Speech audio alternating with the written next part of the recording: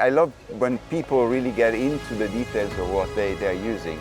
They like sailing, they like also tweaking all the equipment, also involving the running rigging and all the lines. Fantastic, and it's great to see here on the lake everyone using your product, and like you said, getting super tweaky, making those solutions in place. And I know at the Splicing Masterclass, it's going to help out a lot of people here to empower Yeah, for sure. It's also important for us to share a bit of knowledge that we have, and also our riggers really developed a lot of skills, and to share that with the users is important, because a lot of solution has to be done on the boat.